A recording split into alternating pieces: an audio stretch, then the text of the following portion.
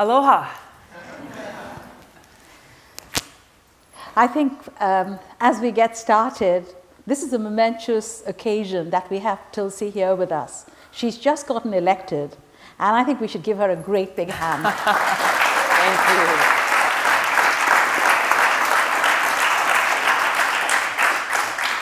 you. I will just say we're all so proud of you as a woman, and also, you've made this sort of a very distinctive statement that you've traveled with your copy of the Bhagavad Gita, and that you've taken your oath of office on this.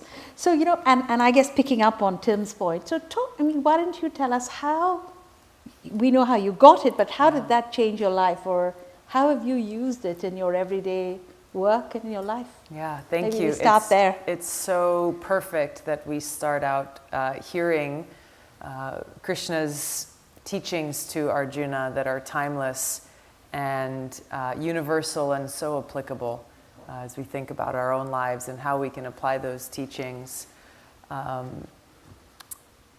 grew up in a multi-faith, multi-ethnic household in Hawaii. My mom is a practicing Hindu who spent most of her life growing up in Michigan. My dad is Catholic, who was a military brat, so grew up all over the country. A bit of a rebel and a musician and an independent thinker. But in our household of 5 kids, we grew up hearing stories and reading from and learning from both the Bhagavad Gita as well as the New Testament. And we would spend beautiful celebrations celebrating Janmashtami as well as celebrating Christmas. And so for us growing up, we really learned about the essence of these 2 scriptures. The essence truly being love, this teaching of love. So this idea of sectarianism or having to choose one religion over another or one tribe over another didn't exist for us. And we really learned that the real meaning of religion, in the deepest sense of the word, was love. Love for God, love for each other, love for our planet, love for all beings. And so that for me is what I'm grateful was instilled in me from a young age, and what I have carried with me along with my Bhagavad Gita throughout my journey in my life. That's amazing. I shared that with you, which is when I went to a Catholic convent school and seriously considered becoming a nun because I was so steeped intensively. I took an extra year in studying the scriptures. And of course, at the same time, I was steeped in all the rituals of Hinduism, which is how typically we grew up. The best schools were all the Catholic convent schools where I was living. And so it was very interesting when I started my journey to kind of bring the teachings of all of these religions, and it's not just Christianity and Hinduism, but it really is universal. And when you start to get into multiple mystics' teachings, they're really all one, and they all have very similar universal principles about yourself and finding yourself in some way, shape, or form. So tell me a little bit more about your time in a convent, and this is very interesting. So what you don't know is that Chandrika and I met was it a couple of years ago? Yeah, a couple of years ago, yeah. At an event, and we bonded very quickly and promised we would get to spend more time with each other, but we keep missing each other, so this is just our catch-up time. Right. Thank you all for joining our fun. Right. And Tim has given us strict rules about when we're allowed to open it up for questions. That's right. But if any of you feel heavily interested in interrupting, join our conversation. Please. We're quite happy to have you welcome. part of it. Tim, sorry about that. We decided to just take matters in our own hands. Yes. This is what powerful women do. No, but having said that, but actually I grew, it was 11 years or whatever, 10 years in the convent school. Wow. And we, the hymns and the teachings and, and the dogma to some degree, but a lot of amazing teachings. Yeah. And I think the same thing was true of the Hinduism and the rituals, because particularly growing up in a very traditional family, the rituals are very big.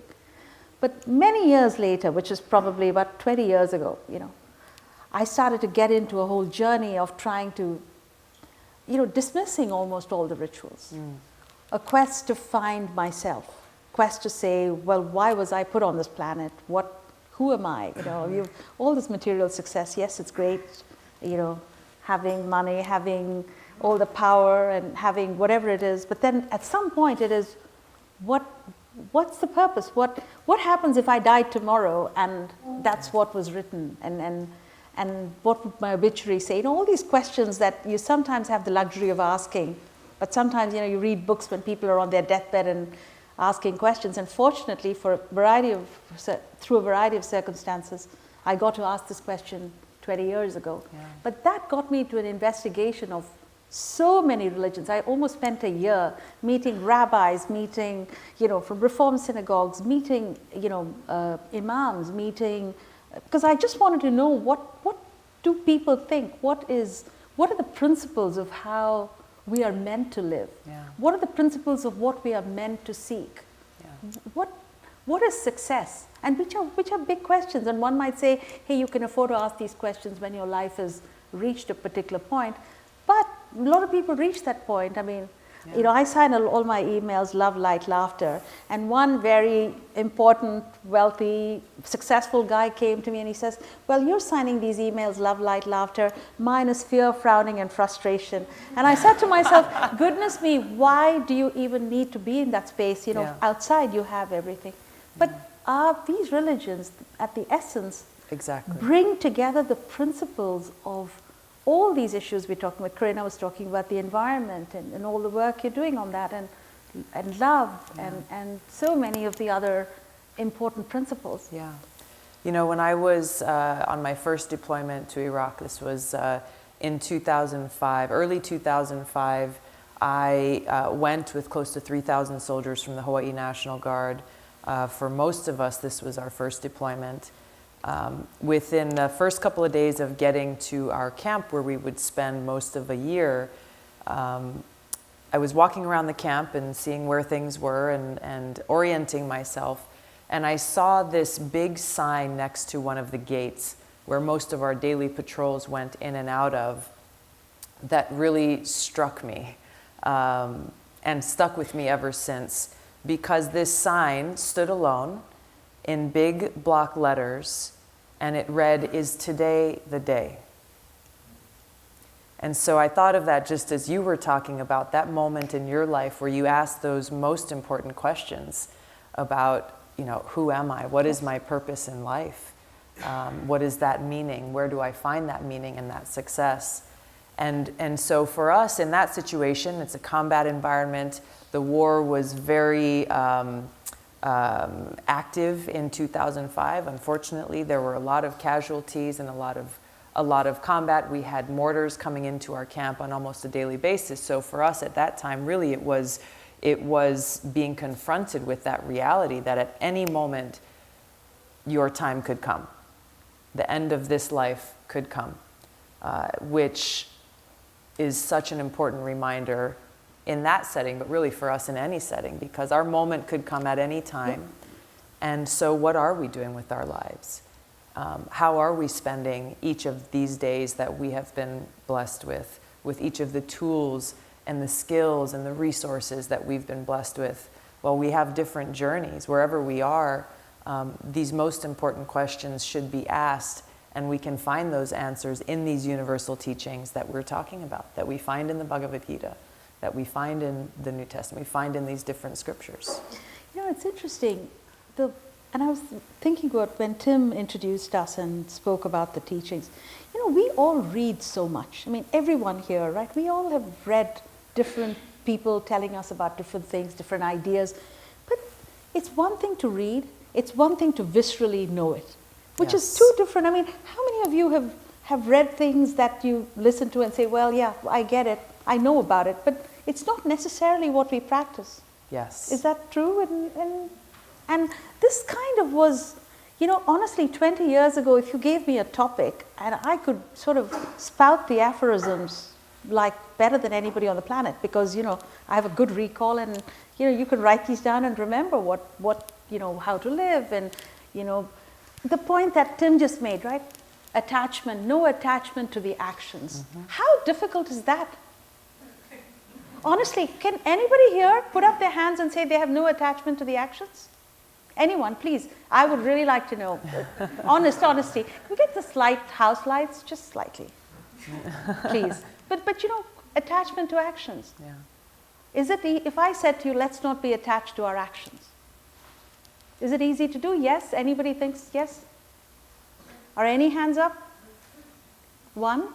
One hand says, wow, that's a good sample size. One hand says, yes, I'm not attached. Two, maybe. But it's a tough, I mean, and that's just one example, but there is 100 aphorisms that exist. Yes. It's one thing to hear them. It's a completely other thing to actually experience and apply them and to make it part of your day-to-day life. And which is why I think the most striking thing in the early part of my journey was apparently in all the Upanishads, in the ancient Indian texts, when the students go to the teacher doesn't tell you, the student goes to the teacher and says, oh, who am I? What am I supposed to do? Tell me, teacher. The teacher says, who are you? Yes. What do you mean, who are you? I've come to you, tell me. Okay, go figure out the answer. Excuse me, I've given up my whole life. I'm 5 years old or 8 years old, and I've left my family and friends, and I've come to live with you, and you're basically telling me, go figure it out. Every one of the major Upanishads, major stories are about students who go out to try to find their journey. Mm-hmm. And so, koham, who am I, is kind of such a universal truth in our whole tradition. Which Absolutely. And that journey starts to unravel so much of an experience-based understanding of everything. And I think that's the fundamental learning that I figured out, at least in my sort of bumbling way. Yeah. Just said, it doesn't matter what anyone tells you, you have to figure it out for yourself. Exactly. And I was curious what your experience was. I mean, this is having had the privilege and the blessing of learning these teachings from a young age, and in such a way so that it was not just an intellectual teaching or just a ritual where you do this 3 times and you do that 5 times and then you go and do this, but really learning it in a very real way, to where when I was a kid, I learned and I understood it and I wondered, okay, well, what does this mean in my life? How do I apply these teachings? You know, I understood from a young age that in order to be truly successful in my life, I could do so by dedicating my life in the loving service of God. And how better to do that than by taking action to care for and love God's children. So I understood this. I didn't quite know how I would apply this, but I found kind of my pathway there. Just as a teenager in Hawaii, I loved surfing, loved hiking, loved the outdoors. And I got really sad when I started to see people, you know, throwing their chip bags or their soda cans out the car window, and just like, come on, you're disrespecting Mother Earth. What's wrong with you? And so I said, okay, I can complain or I can do something about it. And so I started just by organizing friends of mine, getting my little sister. We would go out and we'd clean up the beach on the weekends and do these things. And then I said, how can I do more? How can I do more? And ultimately, this is what led me to run for the state legislature in Hawaii, and I was 21 years old. It was the farthest thing from anything I thought I would be doing at that age. I was the shyest, most introverted kid in our family and amongst our friends by far. My sister's here tonight. I would make her go and talk to the woman working at the cash register. We went to the supermarket and would make her answer the phone, and I was very happy just sticking to myself. But I knew that if I was going to try to apply these teachings in my own life, then I had to step outside of myself and my own comfort zone and actually offer to be of service. And that was how I first started down that path. And service is just such an expression, you know. For me, the last 20 years I've spent probably about 60% of my time serving, and I made a promise to myself as part of this journey. I said I will spend every day doing something that is completely without an agenda, that no one knows, no one needs to know. It's what I know, that I will do something. And what I found is that this has nothing to do with what the world thinks about what I'm doing. My life's changed dramatically because of serving others, because I see grace in such extraordinary ways in people around me. And every time I go there, like all the work I'm doing with NYU or any of the other institutions, it's almost like I can't even describe what enrichment means in terms of oneself, in terms of what you learn, what you just feel the sense of happiness of being able to be able to serve and do something that matters. And most times, I would say 60% of what I do is no one knows it except me. And you've taken an entire life of service. I mean, I'm doing my best. I'm doing my best. You just mentioned something, though, that I reminded me of something I saw in the news the other night about this kind of inexplicable joy that comes from being of service to others. You know, with the fires in California right now in Malibu, they featured a story of a guy who was very, very wealthy, had a beautiful, huge home right there on the beach. He lost his home in the fire, but he had a boat, and he started taking his boat to pick up supplies and bringing them to people who were landlocked, couldn't get out, basic supplies, food, water, diapers. And he was talking in this news clip about how he had been so successful in his life, but that what he was doing at that moment, even though he had lost so much, taking action to help others in need, he had never been happier. He had never experienced that kind of joy and deep sense of reward as he was just doing what he was doing, taking things and delivering them to those in need. And I feel that and you probably feel that with your constituents, you know, on every issue that you do a crusade on. And I feel that with every student that we touch, because at the engineering school, for example, you know, some 40% of the students are first in their family to go to school, go to college. And then you look at this and a kid walks in and says, my mother is a housekeeper with 3 jobs. My father's a bus driver. And I go home because my older brother's been in drugs, and I go home every weekend because I want to make sure that my younger brother comes and gets an education. And you know that if you can get them through 4 years and really give them an extraordinary education, they will get the second best job. And that's not transforming any one person, it's transforming generations. And when you particularly deal with first generation families who've struggled so hard, you just feel happy. You feel happy you were born, that you can in your own little way contribute to that cause. And you do that on an extraordinary scale.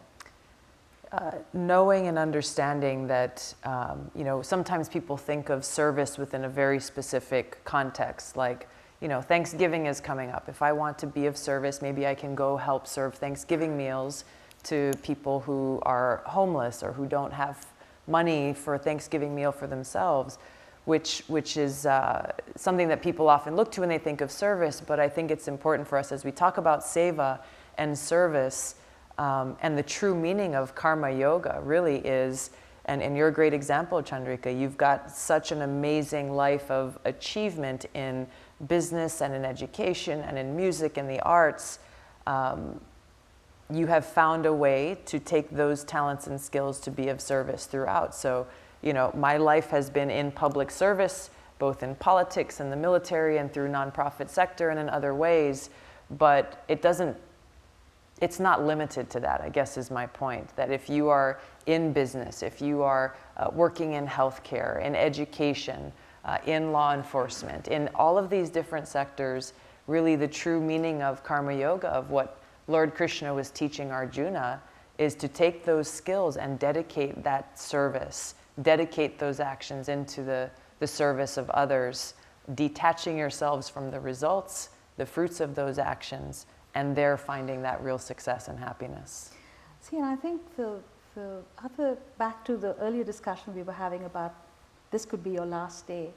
Yes. There is the sense somehow of, look, you almost kind of define the 7 stages of man and say, okay, now I'm a child, now I'm a student, now I'm just taking care of my kids, and now I'm sort of enjoying my retirement, and I'll get to service at some point. You may never get that chance, and so it isn't a linear path. It's not. And then also people say, well, I don't have time to serve in a soup kitchen. Look, it doesn't, I think there's a whole issue of it's not clear that everybody who has got business skills or different talents. There's so many ways to deploy the talents. I'm stunned when I work, and I work with lots of alumni groups at different levels, and I'm really surprised at why this consciousness isn't much bigger. Of course, it also, the longer you leave it, the harder it becomes to figure out what you're going to do. And if you're a 50-year-old who's been very successful, you somehow, the idea of just going to a soup kitchen, it's like, why am I doing that? Yeah. But there's this beautiful saying, which is part of the tradition, which says, Shraddhaya Deyam, Ashraddhaya Adeyam, which, and it's a beautiful, it's like 4 or 5 Sanskrit lines, but it basically says, give with love, give with humility, and just give with your complete heart, because you begin to see the interconnectedness of who you are. You're really not giving to someone else, you're giving to somebody who is part of you, because how can I really be happy if you are not, if somebody around me isn't? And I think that's a very profound belief and a profound feeling that you need to develop. And this gets back to Tim's question of, how do we stop the divisiveness? You can't be divided if we are one at some level. Yeah. And I think that requires an experience, you can't preach it. Yeah, you have to live it. You have to live it, and you have to understand how to live it. Yeah. That journey begins within. Gandhi says the change begins within. Absolutely. This is, whenever I'm speaking in front of different groups of people, as I did here tonight, I always try to begin the conversation with aloha. And it's not because it just is often used as hello and goodbye in Hawaii, but because of the really deep and powerful meaning behind this word. Where when I greet you with aloha, what I'm really saying is I am coming to you with an open heart. I'm coming to you with love and with respect, with care and with compassion, and that recognition that we are all interconnected. Whether we are meeting for the first time, or we are old friends, or we are family, whether we come from this place or that place, speak this language or that language, no matter the things that make us unique, that make our stories unique, recognizing that interconnectedness, and then following through with that in action, living with aloha, because aloha ultimately means love. And if we are living, relating, and leading with aloha, you're exactly right. This is that most powerful force of love that is truly the only thing that can defeat the darkness of divisiveness, of those pitting one against the other, frankly, of those who are leading motivated by selfishness, and seeing how can I use my position, my power, my voice to further my own selfish interests rather than on the well-being of others. And namaste would be the equivalent exactly. of exactly the light in me bows to the light in you. And, yes. And the most powerful mantra, one of the most powerful mantras, which every child, every boy especially is taught as part of the growing up, and everyone, which is the Gayatri Mantra, may I shine as bright as a billion suns. May the light inside me shine as bright as a billion suns, which is an extraordinary sentiment, because if that light within you is shining as bright as a billion suns, and that's your core belief, how can you not radiate it? One sun is good enough, a billion suns, my goodness, you'll be scorching in a good way everything around you. Yeah. I'm curious about your environment. You were talking about the work you've been doing with the environment and cleanups and so on. Talk a little bit about that and how the ancient wisdom informs your thinking and your work in that space. Well, I mean, this really boils down to this recognition of aloha and the responsibility that comes with that. In Hawaii, there's a term called kuleana, which really means responsibility. The responsibility that each of us has once we recognize our interconnectedness, once we recognize our relationship with the planet, with Mother Earth, and to follow through on, I think, a quote from Mahatma Gandhi saying, there is enough for everyone's needs. Mother Earth provides enough for everyone's needs, but not enough for everyone's greed. So for me, as a teenager, this is where my passion for protecting our planet began. I helped form a nonprofit back then. I think I was 16 or 17, and we actually created a program that we took to elementary school kids across the state of Hawaii. That was a fun skit and a coloring book called The Adventures of Water Woman. We wanted to, my goal was saying like, okay, people are gonna keep throwing their trash out on the beach and we're gonna keep cleaning it up, but how do we actually start to change the way we are behaving and the choices that we're making, and how better than to start with our kids. So I played Water Woman, the original Water Woman in this skit, had the blue cape and the blue surf shorts and everything, and my nemesis in this skit was a guy named Oily Al. And it was a day in the life of Oily Al, and as he went about his day making his decisions, taking the dirty oil from his car, gonna pour it down the storm drain, Water Woman would come in and stop him just in the nick of time, and then teach him about why it's bad to pour your dirty oil into the storm drain. Where does that water go? It goes out and contaminates our ocean, where we all love to play and surf, and it was such an amazing experience for me. This is where kind of things really clicked in my life, where as we were going through this fun, teachable program, these, second, third, and fourth grade kids, their eyes would just light up, and they got it. They really understood what we were talking about and why it was important. And so I carried the energy from that experience into my work in the state legislature, on the city council in Honolulu, and now in Congress, to make sure that, unfortunately, as this mission of protecting our planet becomes hyper-politicized and used as a football, a political football, my mission and what I try to do is to just break it down into very simple terms. Whether you're Republican or Democrat, no matter where you come from in the country, as people, we want those who we love, those around us, to be able to drink clean water, to be able to breathe clean air, to be able to have a safe place and a safe home for us to live in. So even as you have those who are debating climate change and those who are denying that it exists, let's just break it down to what is most simple and what is common, a common interest and a common desire for each of us. If we can agree on those goals and those objectives, then let's take it a step further and a step further and a step further, and then see how we can walk on that common path together. It ties very much into, this whole notion of that we are custodians of this planet. Yes. And we are here like mustard seeds for a very short period of time. The planet's going to be there before us and after us, and we don't have an address as to where we're going next. Once we're gone, we can't take it with us, and yet we're continuing to accumulate. I mean, back to your point, actually some of the scriptures say that a person is a thief if you end up using more than what you need. It's back into putting ceilings on desires at some level, and it's so hard for us all to do it in different ways. And we're doing lots of work with in the education field with ways to create companies out of waste. There's one of, like with beer waste, they've created, but that's a whole movement that needs to happen with education. Because, education, it's ironic, because the whole Vedic traditions revere the environment. I don't know of one single religion that has such extraordinary sayings on the environment. Everything about the religion is honoring the environment. It's considered, the prayers start with honoring the environment. In fact, the opening prayers in many of in the Bhusuktam basically starts out saying, I'm sorry if I destroyed any part of your being. If in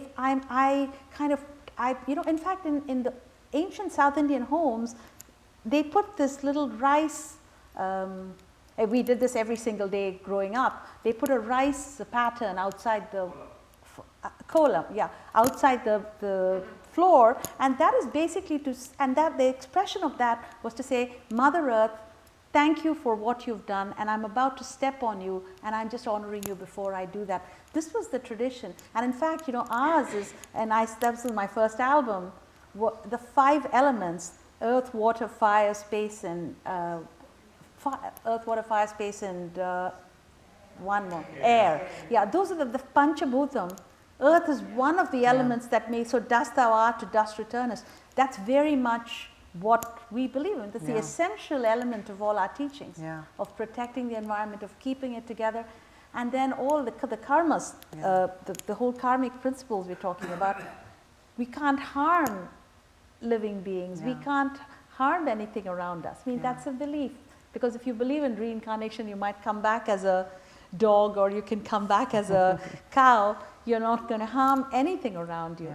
So it's kind of exciting that different parts of the world, people are reforesting trees, but at the same time, we have this amazing teaching, and at the same time, we pollute with no concern, with no recycling of any kind. It's a shocking truth to me. And that's raising that level of consciousness about the responsibility that each of us has and how we live our lives. Starting with what kind of food we're putting within our bodies and the choices that we're making just in our own individual lives, but also then pushing out from there, where I find in politics, unfortunately, the conversation comes to a blockade when you're talking about the environment, where people think they have to choose between having jobs and a strong economy or protecting our environment, that somehow these two cannot coexist or even complement each other. And so that's where you talk about those who are seeing economic opportunity through, whether it's recycling or finding use for things that we have formerly known as waste, making sure that we try to not waste anything at all, but thinking forward. So we have a fossil fuel industry that is so disastrous for our health and for the health of our planet, but it has been such a driver of our economy. And so we really can change the way that we're thinking about this, not to say, well, those who've worked in these industries, well, you're just out of luck because we're moving on towards a green energy economy. We have to actually invest in and create those opportunities to show that this is not about choosing people versus our planet. It's about making choices that best serve the people and our home and our planet. We did a lot of work, in the Amazon regions of all places, and there's some very, very important debates between livelihood and the environment. And part of the problem is also education, because they don't completely understand what reforestation needs to happen so that the rivers don't stop flowing, that what needs to happen. So they just cut the first set of trees and destroy the first sets of planets. But then how do you do the education, and how far, and how, as you're doing the education, new problems are coming up with new people who don't have the basis.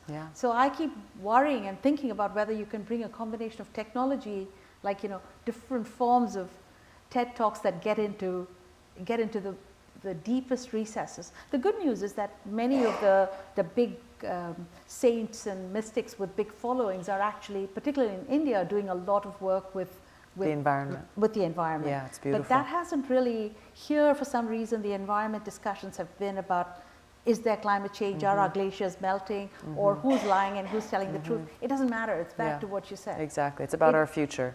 We are here we have an obligation.